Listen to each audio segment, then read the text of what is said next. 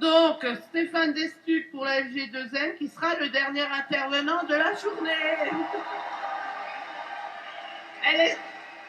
Perdez pas de temps, vous allez louper l'apéro. Laissez-le causer.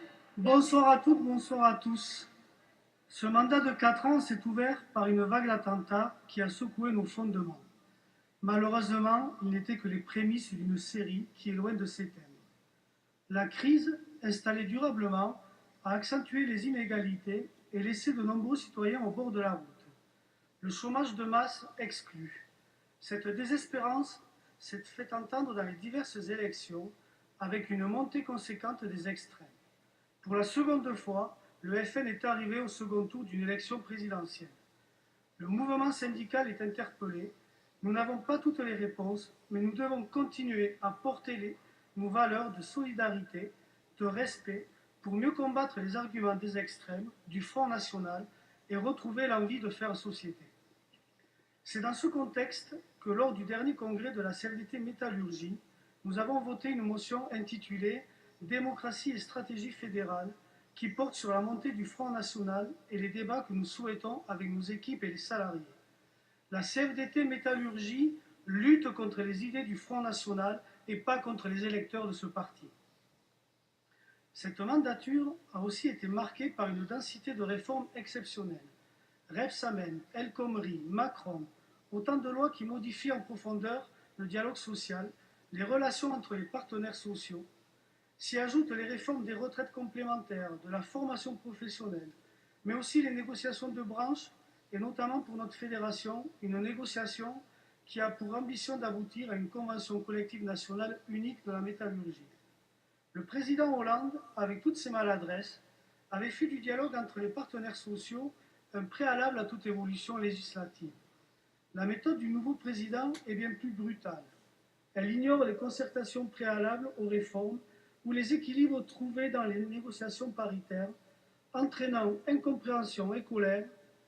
Sur les ordonnances Macron, le bureau fédéral de la FGMN était largement demandeur d'une expression forte de cette colère, par une manifestation.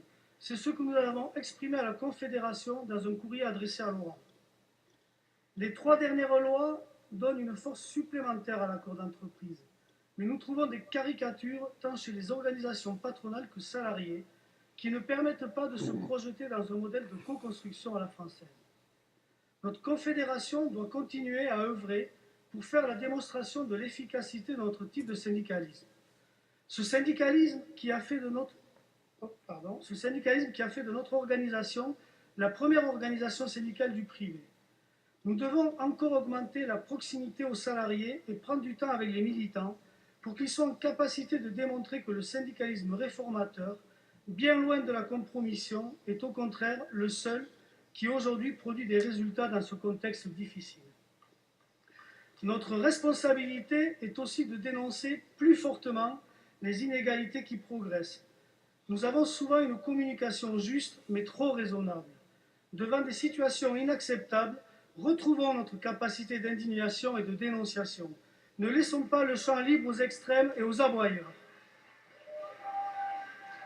Dans la métallurgie, la mandature écoulée n'a pas vu d'amélioration sur le front de l'emploi. Entre 2008 et 2016, 15% des emplois de notre champ ont disparu. Et si depuis la fin de l'année 2017, la tendance semble s'inverser, la reprise reste précaire et ne profite pas à tous. Les profondes mutations engagées dessineront l'industrie du futur. Accompagner cette mutation ne révèle pas du seul discours sur la technologie. La montée en compétence des salariés par la formation est une nécessité. Les besoins doivent être anticipés car la tentation est grande de surfer sur les départs volontaires et naturels pour remplacer les travailleurs de l'ancienne industrie par des jeunes salariés mieux préparés à la numérisation, mais souvent en contrat précaire. La CFDT Métallurgie propose de repenser le dialogue social pour peser sur les organisations du travail et en faire un déterminant de la performance de l'industrie de demain. Il s'agit de mettre les salariés et leurs représentants en position de comprendre le présent, d'imaginer le changement et de co-construire l'avenir. La CFDT Métallurgie a déposé un dossier auprès de la DGEFP reposant sur un partenariat avec l'UIMM, l'Alliance Industrie du Futur et le CNAM, afin de créer les méthodes et les outils de conduite du changement par la concertation sociale. Repenser le dialogue social semble une obligation dans la période. Nous devons montrer au président et à son gouvernement que les syndicats ne font pas partie de l'ancien monde. L'audit d'organisation réalisé par notre fédération fait écho aux interrogations de la Confédération sur l'avenir du syndicalisme. Nous devons nous interroger et nous remettre en question pour répondre de manière plus efficiente aux sollicitations toujours plus nombreuses et variées des adhérents. Cela doit nous permettre aussi de retrouver un solde positif dans la syndicalisation. Cet objectif primordial doit être le fil rouge de nos actions. Les choix, les actes et la stratégie, notamment intersyndicale de la Confédération, ont été les bons au cours du mandat, et il le reste dans le projet de résolution.